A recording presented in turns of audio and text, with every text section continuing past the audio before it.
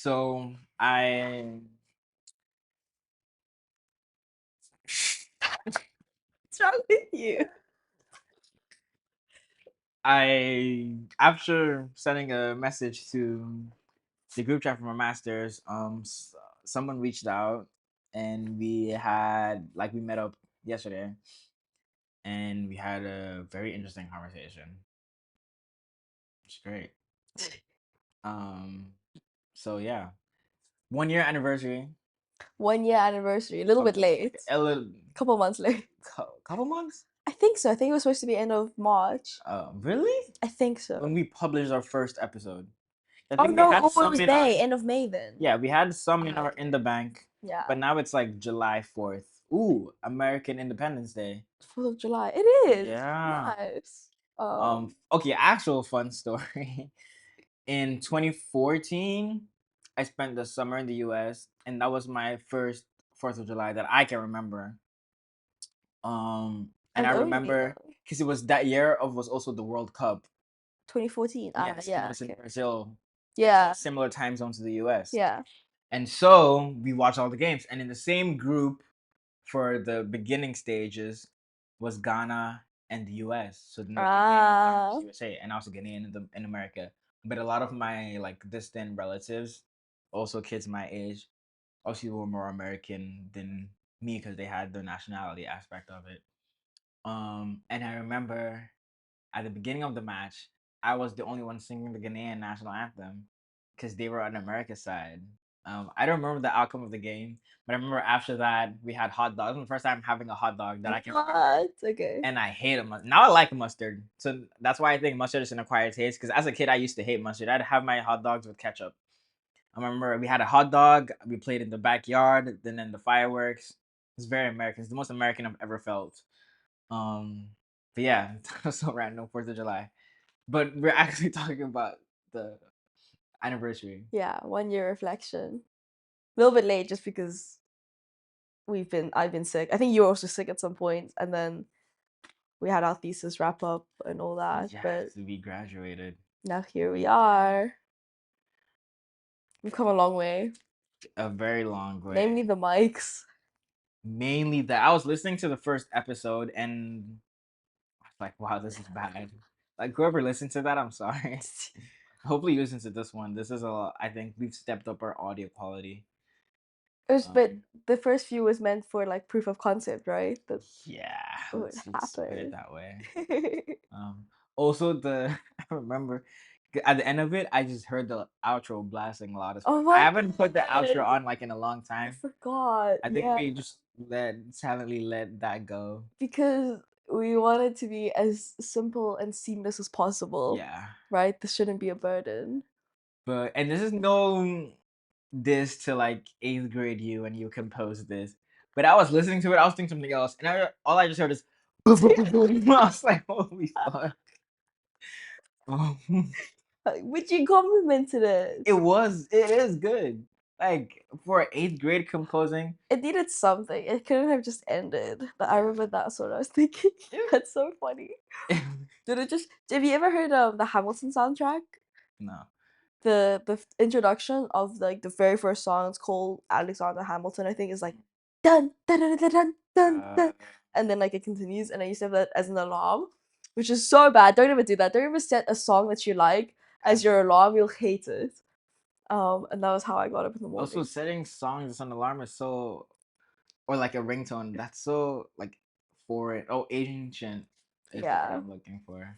Yeah. I remember like as a kid, I used to do that on my Nokia 303. Not anymore. You just go with the default. Plus, my phone is never on ring. Like it's always on silent. So yeah. What's the point of you having? Yeah. You think we're stalling? I feel like we've been stalling this episode. We have, but also because like of what we had to do to this episode, I feel like that's true too. Yeah. Had to be the right day. Well, we've chosen today as the day. Yeah. Okay, topics, reflection. So reflection, what do you want to reflect on first? Do you think your motivation? Oh my god, remember we had these goals? Do you still have them? Yeah, on the Notion. We should see if we met them. Well, you misinterpreted it at first. I remember that. You misinterpreted it. I We just had a said different interpretation. no. I said I remember so clearly. So we made a Notion page about this, which we never We've used never again. used. But I remember I asked you to like write Motivation. no for the first episode, Exactly. and then you pooped out this really sweet sheet of like what motivates you to do the podcast. And after reading that, I was like, well, this is too cute to not have. So I just followed suit and did the same. I can't find it. It was Release very schedule topic. cute. Caleb's podcast motivation. I want to do this podcast because it will help me get better at speaking and articulating sentences. Do you think that came true? I don't think I can be the judge of that. I think sometimes I can find the word I'm looking for easier than before. I just showed up that you visited my LinkedIn.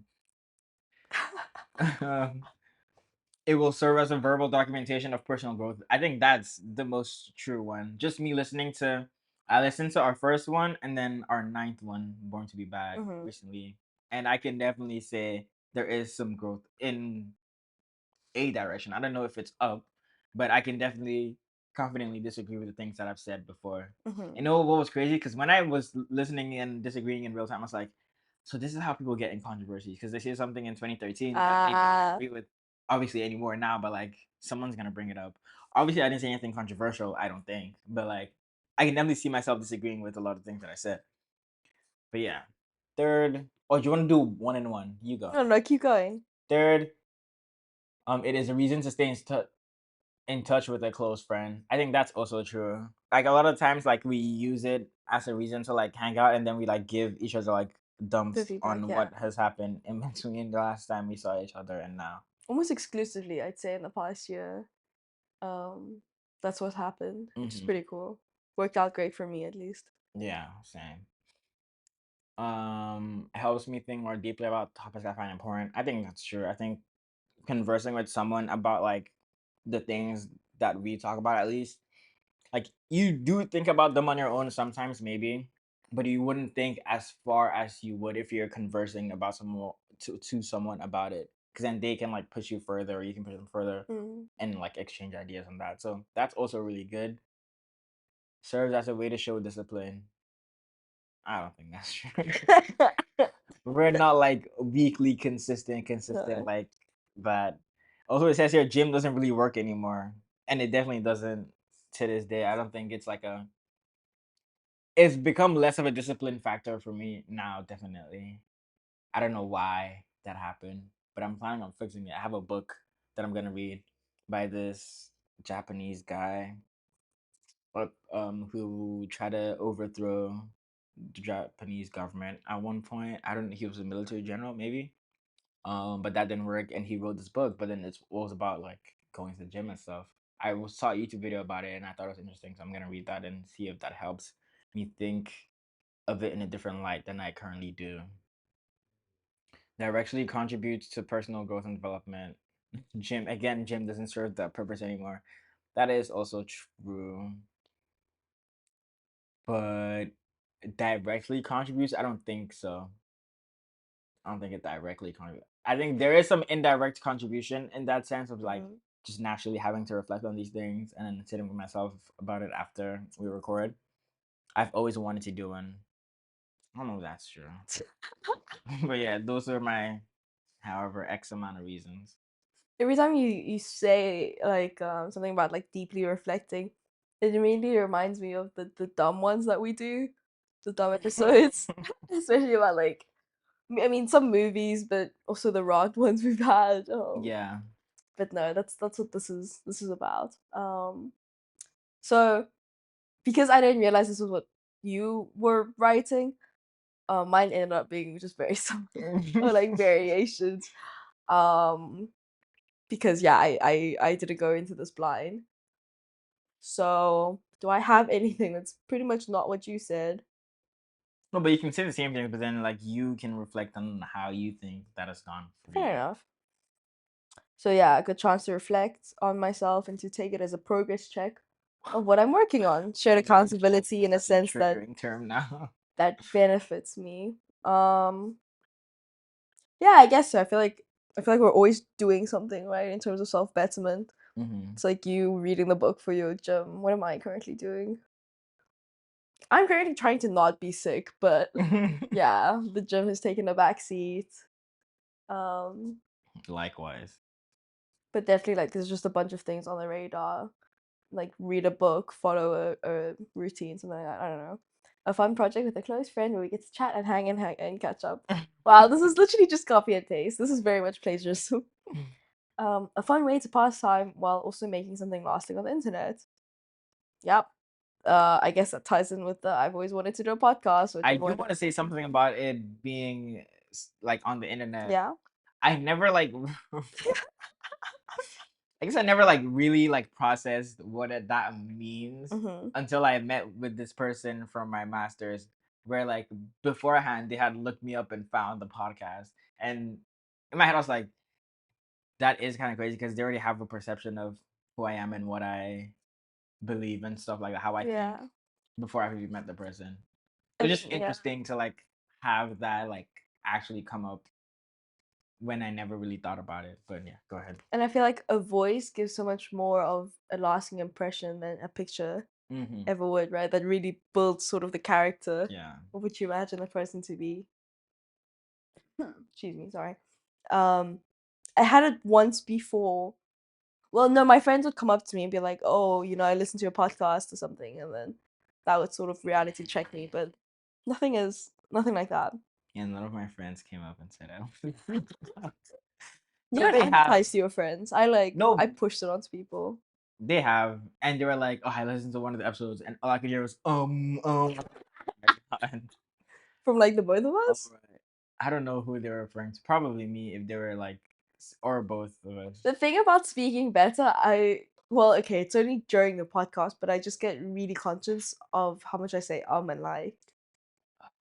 Less because I think I've done a pretty good job of just stopping doing that, but like is definitely a buzzword. Okay. Oh yeah, a chance to get better at articulating thoughts. It's literally copy paste. Oh, this one's nice. An opportunity to learn from someone I look up to and share somewhat similar thoughts and goals. Oh, I don't know if we share somewhat similar thoughts and goals anymore, but oh, that's broadly speaking. interesting. Why don't you think so? One, I think you're more practically ambitious than I am. Hmm. Um, and two, I think I don't know, if we were to be like comparing each other on the same track, I feel like you're further along. So you're kind of closer to your goal, kind of. Sorry, I can't stop the coffee. Good. Um, I mean, like, I still think broadly speaking, maybe, but broadly speaking is also just the idea of being a better person, I suppose, not being a blight to society. Mm-hmm. I've always wanted to do a podcast. We can talk, move on, expand, and rinse and repeat. This is one of the first times we've rinsed and repeated a topic. Yeah. Yeah, I think it's the idea of like closing a thought that once we had the podcast, then I'd move on from that in my head. Yes. Yes. Because before, for those who don't know, we would just like talk for like I don't know, an X amount of time in the library of my old student building until like someone had to go. Yeah, The conversation that's the wouldn't thing. be over. You always, yeah, that's actually directly Yeah. what you said for starting it, right? Mm-hmm. That it would never just be over, Mm-hmm. and you kind of just wouldn't know what to do, especially when we're reading those self-help books, sort of. Yeah. Oh yeah. Self help phase. Gets me to think more deeply about things. Gets me to think definitely differently about things. Mm. But now I feel like I'm getting repetitive to the ones on the top. Another reason to get out of bed in the morning. I think I did this after our first episode. Because I'm Mm. pretty sure I said this in our first episode. And then the last one, I don't know why I wrote this, serves as checkpoints. I sort of had that before. Oh, I guess like literal checkpoints of who I was at each moment. Mm. Crazy, it's been a year. It's been a year. For you, it's been the year where you reaped your rewards, you said. Yeah, I think like I don't even know what to say. What do you mean? From okay, like I think gym wise, yes. I think that's why I have kind of started slacking on that front. Like I don't feel the need to like keep going. But at the same time, it's weird because I know I'm very intrinsically motivated, so it all has to come from within. And I guess before like I started hearing from other people like commenting on my physique and whatnot, I just used to think that I was not where I wanted to be at. But I guess like when other people like start like talking about it, you can kind of see more from a third person view, and that like kind of skews your perception. So I think, yeah, like sometimes I still look in the mirror. I'm like, yeah, I know, like this could improve, that could Really? improve, definitely. Um, but I guess it's not as strong as the non will to like go to the gym. I probably will. Like me wanting to read this book is kind of a testament to like me still wanting to go, just needing to find the right or the big enough why to be able to do that. But yeah, gym wise, yeah. Rewards. I mean, academically also, I think for sure. When we started, I had just, I think, come back from no, yeah, well, just in relative sense, come back from my first conference in Bamberg. Um, I mean, since then I've had another one, a 2 week like research incubator in Bremen over last summer, and then obviously like getting into Oxford, it was a really big one. And then like with my group's thesis and stuff, definitely. But I mean, that doesn't directly relate to the podcast. I think what does is, I guess, maybe my self awareness and like ability to like take my time to think about situations before acting. Because very much with the podcast, I think I've learned to like think before I say. Right. Cough break. And we're not even gonna edit it out. That's just gonna be there. Yeah. Yeah. Um. So that definitely, because even in like my friendships, relationships, I think I've heard it 3 times now that I have like a certain ability to be able to like get people to open up and probe deeper than what they may have initially been willing to. And I've definitely had deep conversations with a lot of people where like I see them in a different light after having that conversation because I've been able to like push further than like the socially accepted formalities of how to have a Mhm. conversation with a friend. Um, so I think yeah, that was really good also. So thank you, podcast. What about you? But okay, on the last point though, I think that's like more to do that you care more about the person, no? Because I don't think you Mm, would probe necessarily for anyone on the street, even like assuming you had this ability anyways, right? So that's also interesting. I don't talk to people randomly on the street, but I think definitely, yeah, maybe it could also be a function of the fact that I've just spent more time with these people, and so like it does come to a point where you do like talk about these certain things. But I remember a conversation with a friend was like I don't get this with my other friends that I talk to, and I was like, oh, I mean, I don't know. I guess I'm assuming that my hypothesis is that it's a byproduct of doing the podcast and like Mm. thinking about these things on a weekly or supposed to be weekly basis. But yeah, it could be that as well. Just that I guess I do care more about these people because I spent more time around them and whatnot. Yeah. No, it's just to say that I think you've had this ability before Mm, already. I mean, for me, honestly, if I think about it, I'd be probably forcing some things to attribute it to the podcast. mm, But in actuality, what it's really just been is um something consistent for the past year, despite mm, obviously not posting every single week and mhm, having the bumps, but just the idea of doing it, and yeah, having someone else also hold you accountable, but not mm, really, mhm. has been really nice. and it's just been so fun. It's like a sprinkle to my week, you know. Especially in the other ways where we've tried to promote it, like, oh, the thing with the stickers, Yeah. and like, oh, this is a great opportunity to speak about it. This is a great opportunity to mention it in this magazine article, like things like that. Or like when you made your CV and you put it just as like the second line. That's just been really, really fun. I like being associated with it, I think. Yeah. If I can comment on you, I feel like also especially like see what I know about you over the past couple years, and also from listening to I think you're a lot more like loud and confident with what you say, but also you exhibit like a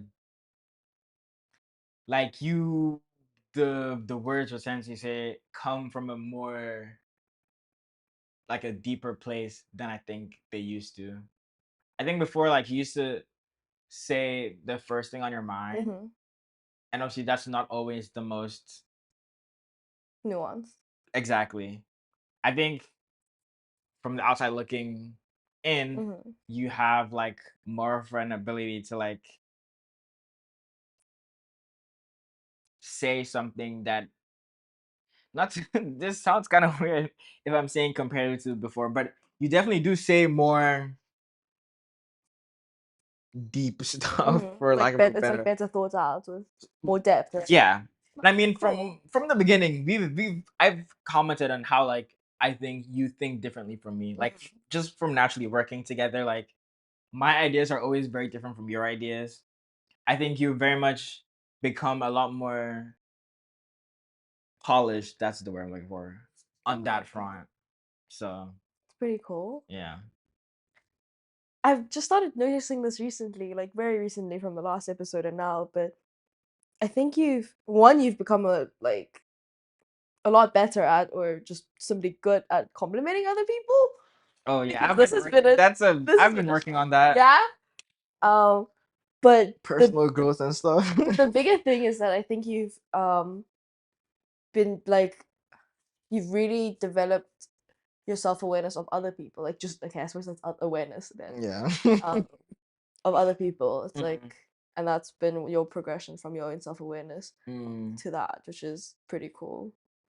Because it's really not just surface level, but you're picking up idiosyncrasies and mannerisms and like change over time, basically, which is kind of crazy. Was it something you're working on? Yeah, like I feel like if if you're aware, like it's one thing to not be aware of what you're good and bad at. It's another thing to be aware of it and not do anything about it. So like me knowing like I am bad with compliments. I've heard that like 3 or 4 times. One from you. I think I think you're other. bad at taking compliments, though. I think you've also mentioned that I don't give. Not that I'm bad at, but I don't give Yeah. compliments. So that is one of them, and also like my empathy. I think like I've definitely tried a lot more to like put myself in others' shoes. And I think part of that has also come from. I mean, it seems dumb if I'm attributing everything to the podcast, but like naturally, like if you're saying something that's gonna be online, you try to think of like all different viewpoints of it, right? To make sure you're not like Gonna get canceled. that, but just yeah, in general, you're not saying something that might be insensitive and whatnot. So like just actively thinking about that. Also, I think like a lot of my friends have just been through a lot of shit where I've had to like, in order to be a good friend, like try my hardest to like fit myself in those shoes in that situation. Obviously, I never fully empathize or I cannot understand or I cannot imagine, but I can like sort of understand based off of what I've experienced in life and kind of at least be there in that capacity. But yeah. So it, if this is your sign to start a podcast, if you want to grow as a person, or at least document the journey, it's a lot easier this way than journaling. Like for me, so when I turned 18, I started journaling. First, it was every day, and then it was on every major event. So if you go in my Notion, you'll see a page called Daily Reflection, and in that there are like different articles and you see like it started being a daily thing. There's one tab for like daily, and then there was one tab for like grade storage or life lessons, where I would like kind of type up like at the end of the day like what happened, what I learned, what to do tomorrow, or metaphorical tomorrow, not literally, and stuff like that. I think with the podcast, I've definitely leaned less like towards that and more towards like just saying it on the podcast, because it's easier to do. There's less friction than like opening a computer and typing it. You're just talking. And then listening to it back, you can kind of learn that way. But it's also made sure then that my when I do journal, it's like absolutely important shit. So like I do journal less frequently, but when I do, it's like a lot more Significant. it's significant and nuanced than it was before. Like I would open and I'll show you like my first couple. It was just like, oh, I had a good day today, or I did this bad. We go again tomorrow. But now, like from around where we started the podcast till now, they're like quite chunky pieces of text where like I reflect on a lot of things that have happened over the past X amount of days, hours, weeks, and stuff like that. So yeah. Wow. You still like keep it up? Yeah, let me see the last time I've been avoiding it recently, to be honest. I also like I very quickly get to a point where it becomes sort of like a burden, and then I avoid it. Just because I don't know, I blow it up so much in my head. Mm. But I avoid it because I'm like, I feel like I'm not in the right space to like think about what or think deeply about what I need to think Yeah. about to like, Then I need to put yeah, myself in that space to exactly. yeah. Last time was April 7th, called, or April 25th, March Madness, and shit, I think April 7th, March Madness, that means like post birthday. A lot of things happened that month. Oh yeah. Okay. Next things to talk about. I think one of my goals that I never wrote down was um the idea of forming better opinions and opinions of my own Mm. in doing so. Uh and also just I suppose sharing it on the internet was a bit of a step to take. And that's probably gotten better. Less influenced by others and more of it coming from yourself. I think you also mentioned something similar um earlier on. I don't know if you recall. It was something like previously in your life, your opinions would be somewhat influenced by what your dad thought, Oh yeah. and then you wanted that to change, but at least you said that you wanted to have your own opinion first before approaching others, and well, namely him. Mm-hmm. How's that been for you? Um, it's been an interesting relationship on that front. Just cause I guess a lot has happened like internally within the family where I think dynamics have shifted a little bit. And also I think partly the Oxford thing, I think he's kind of been a little less like hands on. And I mean, I can only speak so much for him, but I feel like it's become more of like he can't help much because he feels like it's maybe outside of his domain of expertise right now. So he can only do the dad thing of like assurance and stuff like that. So like even with what's going on with like my university, like he asked like what do I want to do, or like what do I think the next steps are. It wasn't like, I mean, there was still some initial instinct to like say, oh, I think this, that, but it was very much what do I want to do? And then when I told him, I was like, yeah, okay, like that's good. Like he didn't tell me like, oh no, don't do this, don't do that instead. Also, maybe because I'm growing, I don't know, a lot of different things. Or maybe because I've exhibited to him that I have some sort of capacity to think for myself. Maybe it's because I'm more involved with my sisters and trying to coach them through what for one of them is middle school and the other one is high school. But yes, in some way, in some capacity, it's definitely been a lot more me thinking for myself. But also, I've found parts. I've found myself in different times like being frustrated with the fact that I have to think for myself. It's like you kind of take things for granted until they're gone, right? Like there was some comfort in knowing, oh, I can just ask my dad what to do and he'll tell me what to do. So there are times where I'm like, just tell me. I wouldn't tell him like out loud, like we'll just tell him what to do, but like internally I'm thinking that. But I know like in the grander scheme of things, it's good that I'm having to make a lot of decisions or a lot more of the decisions for myself than not. Yeah. That's cool. I also mentioned something about like the hardships of taking accountability for Mm-hmm. yourself. It's just Mm-hmm. very different. But it's cool that he trusted you know best Mm-hmm. for yourself Mm-hmm. and that growth.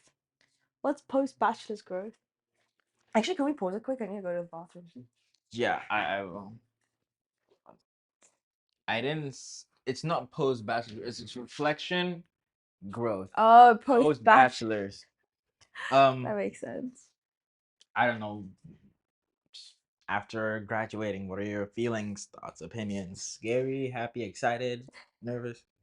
Do you know what? Thinking back, I didn't have any expectations going to uni. Like that was the whole thing. It's like it's gonna happen anyways. I know a lot's gonna change, but looking back and thinking back, so much has changed since first year.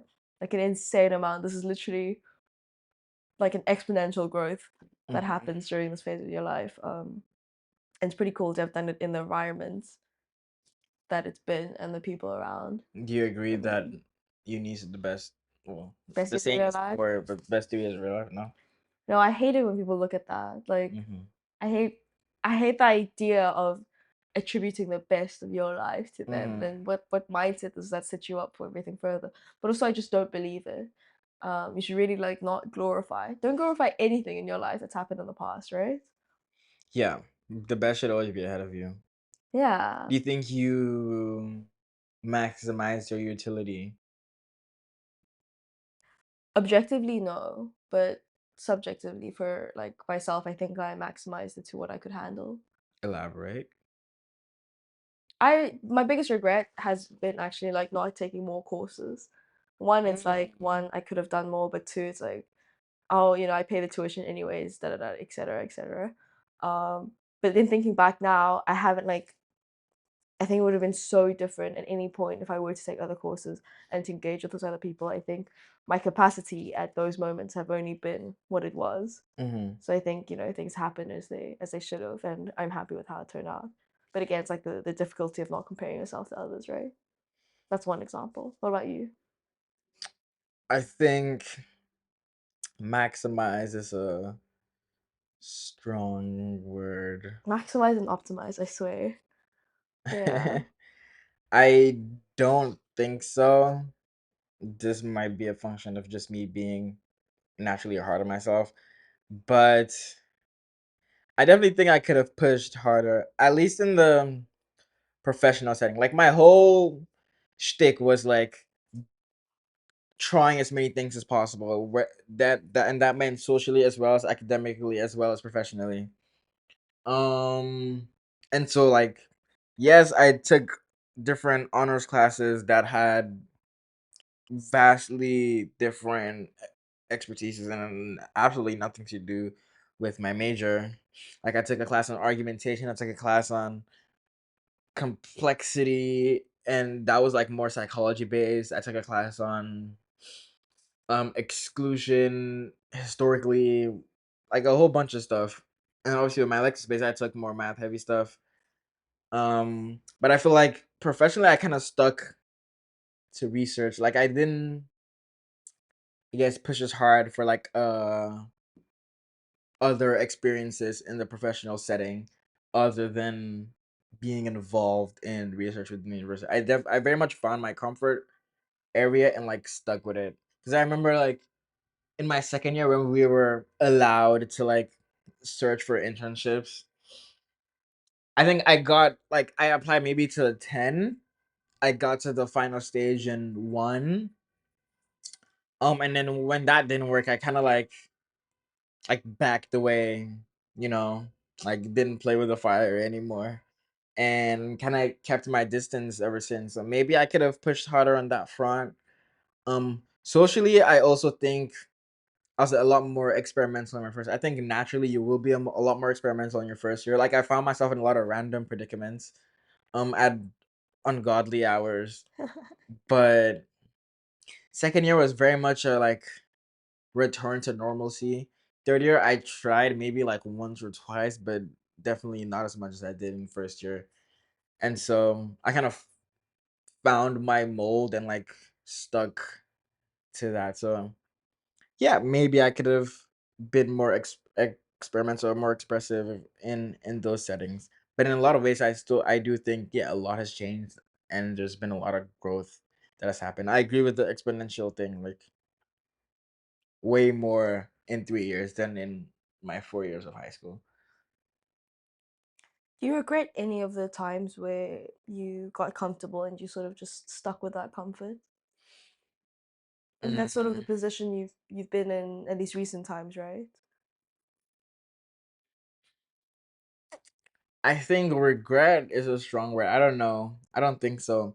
Because I like to think of myself as someone who like works hard, plays hard, right? Hmm. And so in those times of comfort, I have like told myself that like I need this, like I need the ability to like let myself loose and not as serious in order to be able to, for when the next serious thing comes up, really like get my head down and push.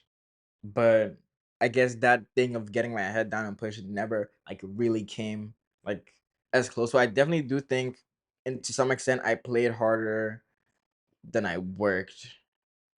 Maybe just a little bit. I don't know.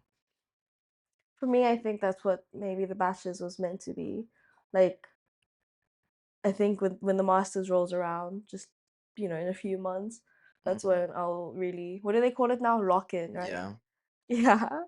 Gosh, I'll lock in because I've had my moments of having fun, of being Mhm. comfortable, and I'm happy with that. It's like the vacation ending, right?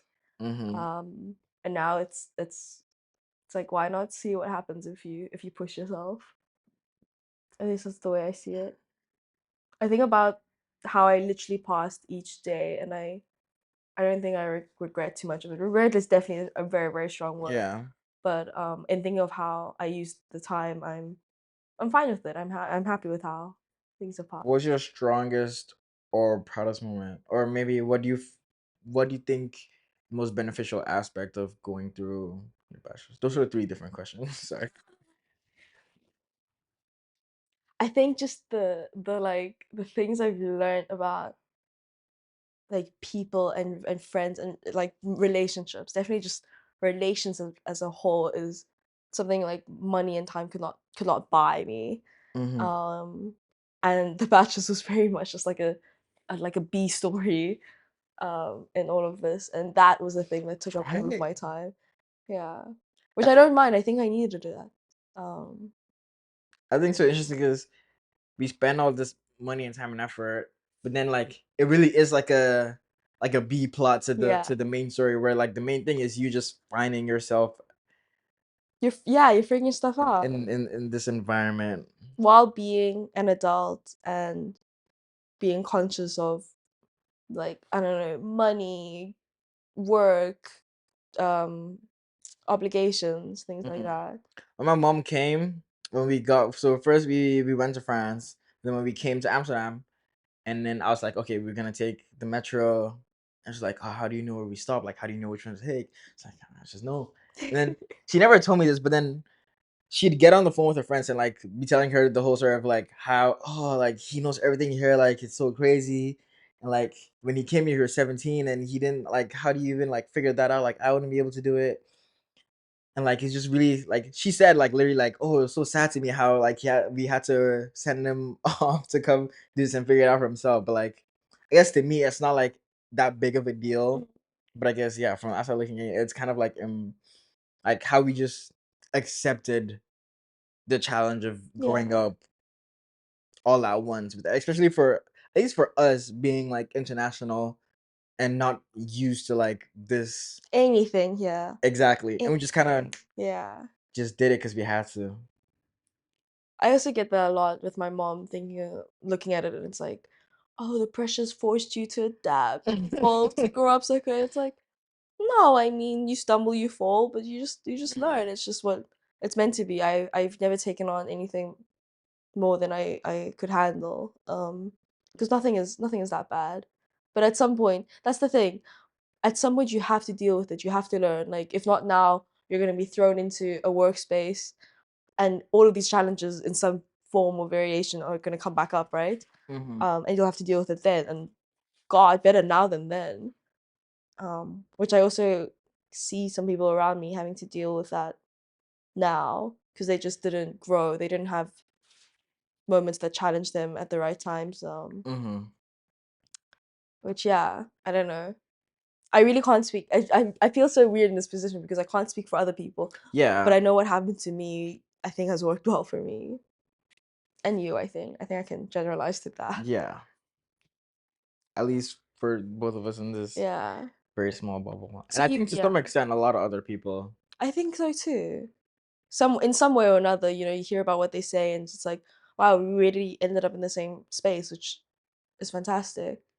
What was one time you remember that the going got really tough? Oof,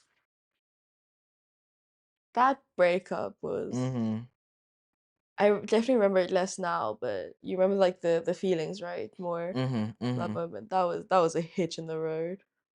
Um, Also just the like I'm such a different person now than I was in first year. Mm. In the smallest of ways, but what I find more significant, like there was a time where I wore a lot of color and I did my makeup and I painted my nails, and I don't do that anymore, and even that sort of stands out to me. Mm. Do you feel the same? Like your fashion's changed a lot. Oh yeah. Oh, thankfully, I think I uh, I've definitely become more aware of what I wear, and I mean it took until my third year really, because first year was something else. Second year was still like an innate stubbornness to stick with what I knew. I guess maybe part of that because everything else was changing a lot. But yeah, like after that summer, I just knew like I had to like. I guess I just felt like I wanted to be more intentional. Mm-hmm. I mean, not that I wasn't before. I was intentional, just in the wrong direction. At least to me now, I think I'm definitely more following the right path, and I have gotten a lot more compliments than I did before. I mean, not that I got any before, but at least now, like I've gotten some comments on the things I wear, like how I carry myself and stuff like that. I guess part of that it is like just growing up, but going getting tough. I mean, so I maybe was too scared to get in like a full relationship during my studies, and so I didn't have that aspect of it. But there were some things still going on with my past one. I don't think that was my toughest time.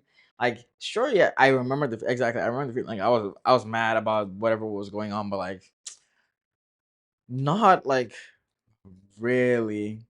And whenever like it happened, it was utterly always during the summer, so I wasn't like occupied with school Mm-hmm. stuff. So it was never something of a distraction away from what was going on in school. So going getting tough, I can't really pinpoint one thing, and maybe that's can be attributed to um the idea that maybe I just didn't push myself hard enough. If I didn't, it was as smooth sailing as maybe I'm remembering it now. I think also maybe because I think you've gotten really good, or you've just always been good at taking things in your stride. like you dealt with the same housing problem that all of us had. Excuse me. And you found a way. And you managed. And like yeah, but I was incredibly stressed. I imagine you also felt some amount of stress. You dealt with the whole, oh, you know, your family's on the other side of the world and they care a lot. You dealt with, you know, your bike having issues. I don't know, probably your friendship groups changing. People having problems. I don't know, things at uni not being perfect. You know, like you've had at least the same baseline experience as any of us. But it's really like just taking it on the chin, right? And I think I never, going with it. maybe wrong, but I feel like I never really fully committed To any of it? yeah, just out of, I guess, maybe fear of like it not working out. So then, if the case that I didn't, like, it wasn't as maybe devastating as it would have been if I was like fully in with a lot of the stuff. That's I don't definitely know. Like, remember, acceptable. because this was also mentioned in the podcast where you told me that when you had asked, "Oh, why'd I go to gym?" I said if I didn't go, I would be sad or something like that. I think that was maybe the one time where like maybe I was going to something and like yeah, the gym was an escape for me. And I do remember like times in second year where I was angry all the time. And again, like Oh, I would I go to remember I would that. go to the gym angry because I thought that being angry was a useful. That's so funny. I'd ask you every week, were you angry this week? Yeah, you thought the gym would be a useful Yeah, outlet? because also because I thought anger was a more useful emotion than being upset, right? Because the idea was, at least to me at the time, that being upset meant that yeah, you're just like Upset is stuck in not your bed. fruitful. Anger, Like anger, you can it's you can actionable. channel it and stuff Yeah. like that. It's actionable. So maybe those times I don't remember exactly why I felt those emotions, but I did. Yeah, exactly. It did come. Definitely the not fully committing is a coping mechanism. In some senses, it's definitely commitment issues. Oh yeah, I Yeah. know that. Which is funny because I think we're For sort of in sure. reverse now. Yeah. Yeah, where you're experimenting more with the relationships, and I'm on the no, I'm good. I'm completely fine and content. Yeah. This side of the world. I think I went into my first one just extremely blind, as blind as can be. When you were like in high school? Yeah, and that just I feel like, I mean, this is such a dumb metaphor, but if you're like blind and you're just walking all freely, you walk into a pole, that just that boom of like hitting you, you're always gonna be a lot more cautious now of like where you go. Yeah. Like, so it's been I mean, you'd hope that you'd be a lot more cautious. yeah, It would be terrible if you just learned nothing and zero then survival continued. instinct. Yeah. And you just keep doing it because you're chasing the high of not bumping into the pole. That's also something that I'm working on, but that's taking a lot more time than. That's another thing. I think a lot of my goals have just evolved. So it's less about whether I've achieved them in the past year, but more how it's changed. Because now, you know, looking back at a lot of the problems that I dealt with, you and my roommate have told me point blank, or you know, whether it was just you or just her, that something wasn't going to work out or something was going to be bad. And then for me, it would still be the, oh, gotta experience it for myself, otherwise I'll never learn. But now it's a lot more like, I think I'm more capable of taking your word a lot better before going into it. But coupled with the idea of gotta have your own opinion too, and all these things. It's sort of like you've just evolved a little bit. All your goals have evolved a little bit as you have, and they change. It's like your reading list changing, right? Oh yeah. That you'll never, like, yeah, they're still perfectly good and valid books, but they're just not who you are anymore. I have a funny story with that. My so because I can only buy things on my Kindle with my dad's card. For some reason, I can't buy it with like my card. Okay. So whenever I buy a book, it notifies him. And so after I bought a book, I read it like very quickly. It was a short book. It was on my bus ride to Paris, and I asked them. I said, "Do you have any book recommendations that I can read?" And then he sent me like screenshots of, I guess, books that he found on Instagram. But it was, I very quickly figured out that it was, those like pages that like know all like the pop educational books. Like it's there. It will just tell you the things, but like in a very spoon fed manner. Mm-hmm. Um, and I immediately told him like it's not really the kind of books I'm looking for. I feel like these books are like they're not exactly what I'm looking for. And I Yeah. gave him whatever reason that I gave him. I can't remember now. Then we had a phone call. Um, and basically what I told, because it was interesting because some of the books I have read, like Atomic Habits, I had read, Rich Dad Poor Dad, Psychology of Money, but a lot of other books were also like they're just like big name books that you've kind of heard around like pop books, but it just wasn't my thing anymore because I'd read them and you can kind of tell like once you've read one, you've read all of them, Mm-hmm. and that's what I was trying to explain to him because that's also what he started with. But obviously now for his PhD, he's reading a lot more things that do with education and like more research educational books for his professional life.